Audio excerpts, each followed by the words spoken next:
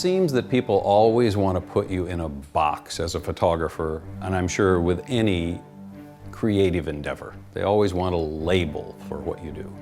I'm a photographer. I write with light. Light's the most important subject matter to me. Whether it's in the landscape, which I love and where I do most of my work, or if it's in an industrial setting, like a power plant, like Hoover Dam, like the space shuttle, those images are just as exciting to make. The experiences are just as intense. And learning to work in the forest of aspen trees was a great learning experience, to work in a forest of metal pipes or complex industrial objects, trying to discover the same aesthetic magic in those environments as I might find in the natural scene. I've taught workshops for years, and many times when participants arrive, they're looking for the secret recipe, the secret developer, the secret something. First thing I say when I start a workshop, I have no secrets, because I don't have secrets. It's pretty simple. However, the basic techniques of photography are important to have under control. That's the syntax, that's the grammar of the language. And if you're going to communicate with the language of photography, you need to put those basic building blocks together.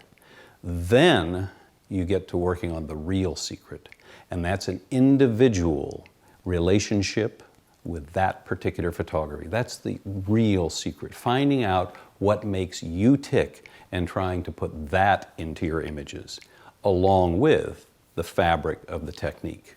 But what people will remember is the image, not the craft. Years ago, I took a workshop from a wonderful, inspiring woman named Ruth Bernhard. And I got up to introduce myself and I said, I shot this picture. I believe it's the closest I've come in my life to being verbally crucified, but it was pointed out by Ruth that that might not be the best terminology. She said, you don't shoot pictures, you make photographs. And I think today we don't capture, we don't shoot. Those don't have anything to do with the act of creating an image that should come not just from your head, but from your heart. Ruth Bernhard said on a number of occasions, in a really good photograph, you see the signature of the photographer in the image before you get close enough to see the signature on the mat. That's what I'm always striving for, is to put a little bit of me, if I'm lucky, into each and every print. The term black and white photography, I really think, is a misnomer. If we were to accurately describe the medium, it would be black, white, and many shades of gray in between. And I think it's the transition from one shade of gray to another, as things modulate, as they don't break off in hard edges. It's kind of like great musical performance. You hear the note, but it's the sound between the notes, the air vibrating, those intangibles that really can put a chill up your spine. And those intangibles that are so important in the subtle differences of every photographic print. Black, white, color, it doesn't matter. It's the intangibles that will really get inside you and resonate. Well, I started in photography with a simple Instamatic type camera, but for real photography, it happened on Christmas night 1969 when a friend received an enlarger as a Christmas gift, invited me over to see a makeshift darkroom in operation in his bedroom, and magic occurred when that first print emerged in this small tray of what looked like murky water. After that, I was hooked. Well, after seeing that first print emerge in that solution, a week later, I took some money I'd saved from a newspaper delivery route. My father and I went to a camera store and I bought an enlarger for $75 with 2 lenses. When I got my first enlarger, my initial influence in terms of photographs came from my passion in life, which was racing. I liked to take pictures of cars. I worked on the pit crew of a professional dragster, and so those racing magazines contained the photographer's work that really inspired me initially. My portfolio of prints in those days fit into a manila envelope. It wasn't much of a portfolio, but that's what I took as a senior when I signed up for Photography 1 to introduce myself to Mr. Lee, my high school photography instructor, a person that really inspired me in my love of photography today. My experience in the Photo 1 class that I took with Mr. Lee in high school was one that changed my photography. Much to my parents' disappointment, he encouraged me to major in photography in college. The experience I had as a photography major not only changed my photography, it changed my life. I had a terrific instructor, David Drake. One field trip, we went to the Pasadena Museum of Modern Art to see an exhibition of Ansel Adams, Edward Weston, and Win Bullock. That changed my photography, changed my life forever. While I was studying photography in college, I and another friend applied for an Ansel Adams Yosemite workshop. It was another life-changing experience to see not only Ansel's work, but the other instructors that he'd gathered together. And I found that these photographers didn't do photography from 9 to 5. They did it from 9 to 9. 9 in the morning till 9 in the morning, 24/7. That first Ansel Adams workshop was a truly inspiring experience. It's the first time I've been inspired by photographers, by photographs, and by the medium of photography. And it led me to take additional Ansel Adams workshops and also eventually to serve as an assistant at some of those events. And in 1979, on March 1st at 8 a.m., I received a phone call from Ansel inviting me to come to work for him here on the Monterey Peninsula in Carmel at his home, and I took him up on that offer. During that first Ansel Adams workshop I attended, Ansel passed around original prints. Looking back on it today, probably worth millions by today's standards. As I was holding these prints by Bresson, by Brassai, by Weston, by Bullock, it struck me that I wanted to enjoy the magic of the sensual quality of the black and white print. And so from that time forward, I made a conscious decision, with the exception of school assignments and some commercial work, to concentrate on black and white photography. Working for Ansel Adams was one of the greatest experiences of my life. The opportunity to work for someone who truly was and still is your hero, this was unforgettable. I think I expected to find someone that would approach photography with great serious intent, and I've never met anyone that worked harder at photography than Ansel. But he also loved to laugh. He had a wonderful sense of humor and a contagious laughter that would set everyone else in the room laughing along with him. I think Ansel's sense of humor was important because of the intensity with which he lived life and pursued photography. As I look back upon those experiences that we shared together in the late 70s and early 80s, I think that laughter, that love of telling a joke, of getting a response, of infecting everyone else in the room with the humor, was a release for Ansel from the intensity of the rest of his life. The experience with Ansel was unbelievable. Shortly after I went to work there, Ansel did the official portrait of President Carter and Vice President Mondale, and I had the opportunity to assist him with that. And there were those kind of special moments. And every Thursday evening was a different kind of special moment, but it was an important part of the job. I put out the trash from the darkroom. And that allowed Ansel to do things only he could do. And that was, I thought, one of the real joys of working with Ansel, was to be a partner with him, to do things that I could do under his direction, and allow him to do the things that only he could do, including making his own prints in the darkroom. One time, assisting Ansel in the darkroom, and keep in mind, Ansel made his own prints. He was his own printer. He'd do the printing and the developing. I'd take him over in the stop bath, the fixing, and subsequent chemicals. But he loved to tell stories, and there would be this darkroom chatter back and forth between the two of us. And one day he said, "Dodging and burning are steps to take care of mistakes God made when establishing tonal relationships." And I just burst out into laughter. As soon as the white lights came on, I picked up a 3x5 card and wrote that quote down, and I think of it often. I learned a great deal in the years I worked for Ansel as his photographic assistant. I learned about the craft of photography, and that was very valuable then. It's very valuable now. It's valuable as a photographic instructor. But the most important thing I learned from Ansel was that he was still in love with the medium of photography. He was still excited when a print turned out the way he wanted it, and that passion that he continued to pursue, I think, just permeated his imagery. Ansel had a phrase that he frequently referred to himself as a cliché. The negative is the equivalent of the composer's score, and the print the performance. Ansel, as a young man, was trained as a pianist, and he was very gifted at that. He gave that up to do photography. But to watch him work in the darkroom, to watch him orchestrate a negative in pursuit of an intense performance, that rekindled not only the memory of what he would have seen when he made the negative, but more importantly, as he described it, what he felt, the equivalent of what he saw and felt. And some of the extraordinary efforts he would go to in the darkroom, making it look easy, was really one of the special moments of working with Ansel side by side, watching him orchestrate these negatives into a fine performance. Ansel is very well known for the zone system. It's the technique that he and Fred Archer formulated in the late 1930s to try and apply the science of sensitometry to the photographic process in the field, to allow one to visualize the end result. As important as the negative is, and it's very important, it's just a stepping stone to the final destination, the print. The medium of photography is a medium of communication. Photography, light writing. We tell a story using light.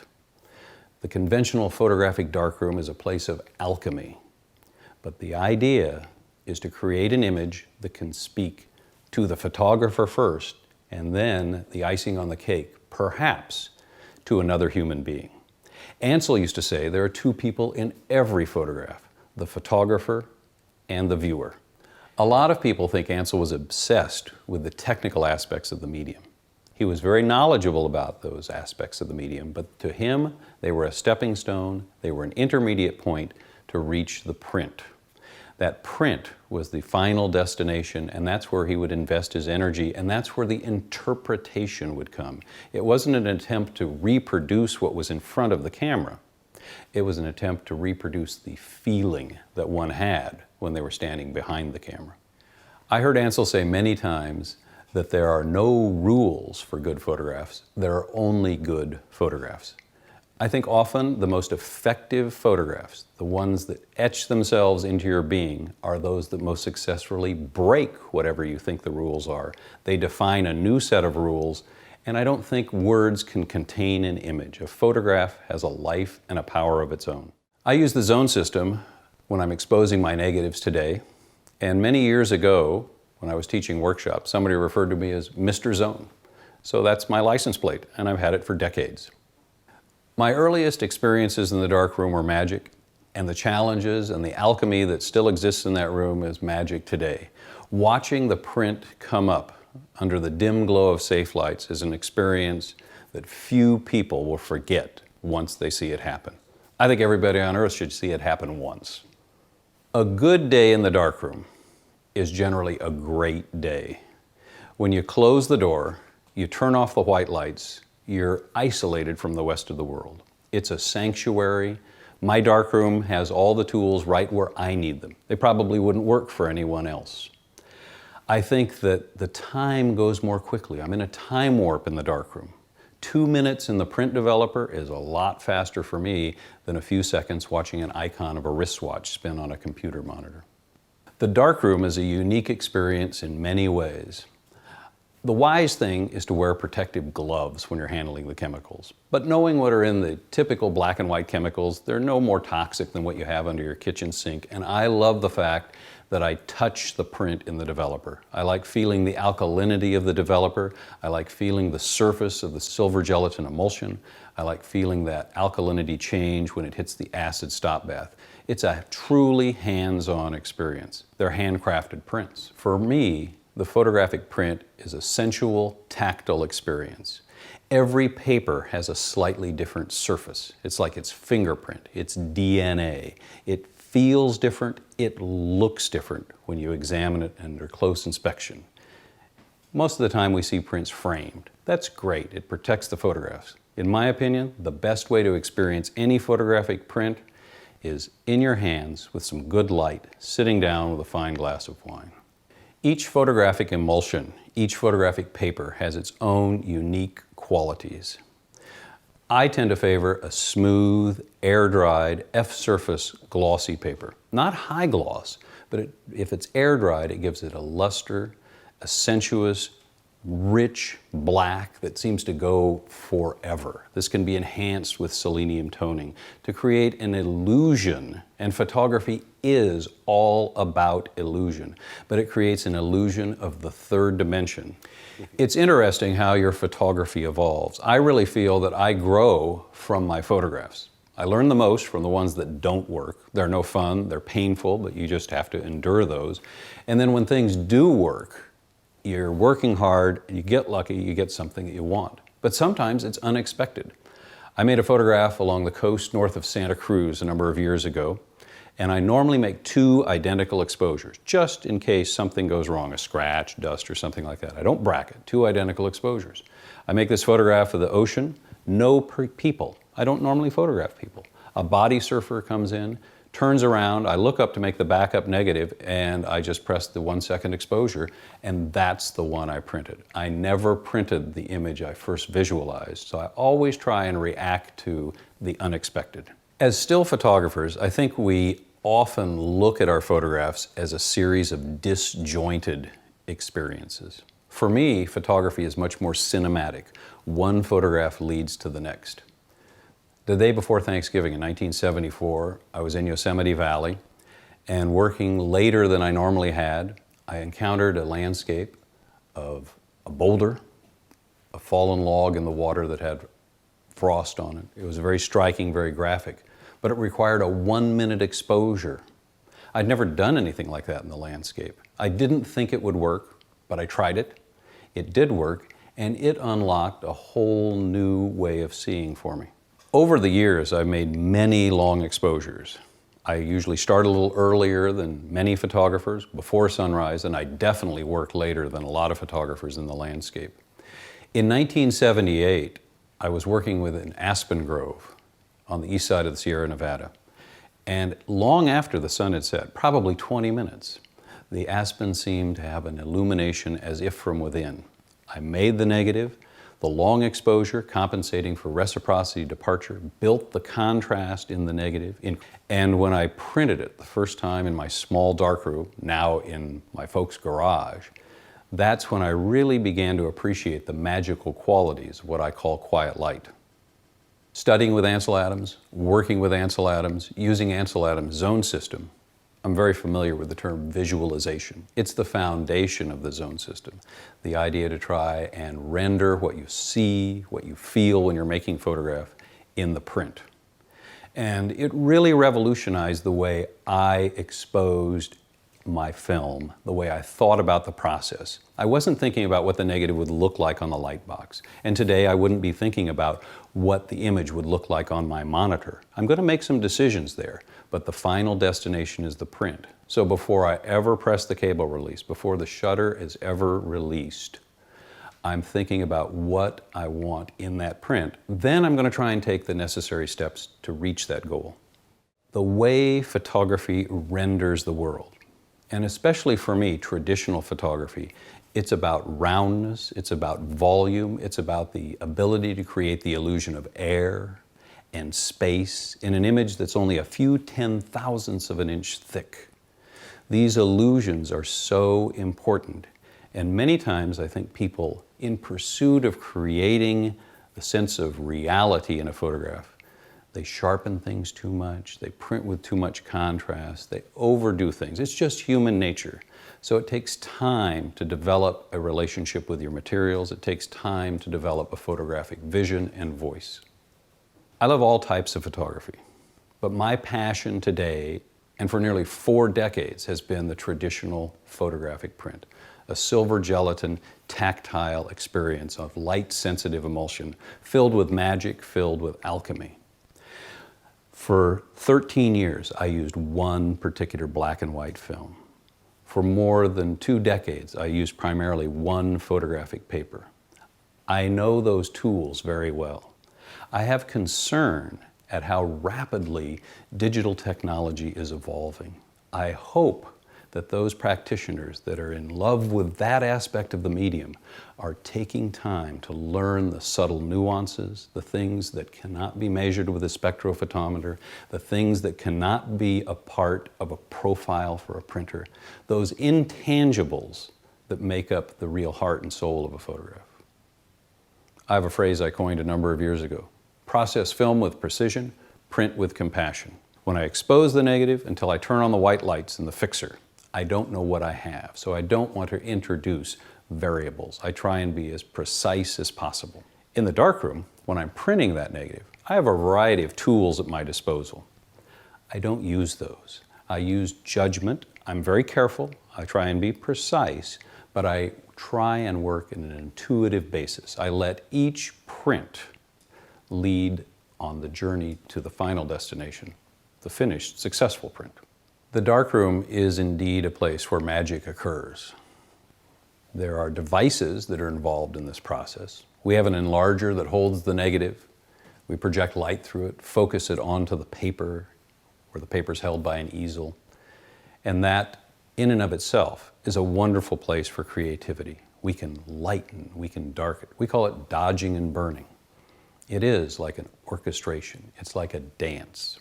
It's a wonderful experience to be involved in. Then we take that paper, once it's been exposed, and we immerse it in the developer, sometimes known as the soup. And watching that image appear under the dim glow of the safe light is an unforgettable experience. I've seen it literally hundreds of thousands of times over many years. And not every sheet of paper is one you remember, but when you really look down and watch it, it is still magic. I even know a little bit more about how it works today, but it's still magic to me. Then we take it into a chemical, basically vinegar, some acetic acid, where the development stops. Then we put it into a bath called fixer. And what that does is it fixes it so it will no longer be light sensitive. After an appropriate amount of time in there, we can turn on the white lights. And when a print meets your expectation, when that white light comes on, when it's your photograph and it's what you want it to be, or on those rare occasions where it exceeds your expectation, it just hits you right here. It's a real experience that you'll never forget. Once we've looked at the photographs under the white light and we've had the excitement of a successful photographic print, along with a number of failures, but I don't think of them as failures. I think of them as investments. And sometimes you have to try a few different routes before you find out where you're really going. And then you have this piece of paper that's wet. It's very fragile.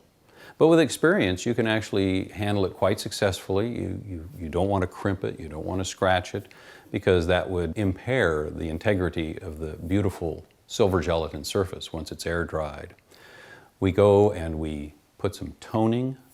Many photographers use a selenium toner that imparts greater permanence to the image and also gives an illusionary added depth or third dimension to the image.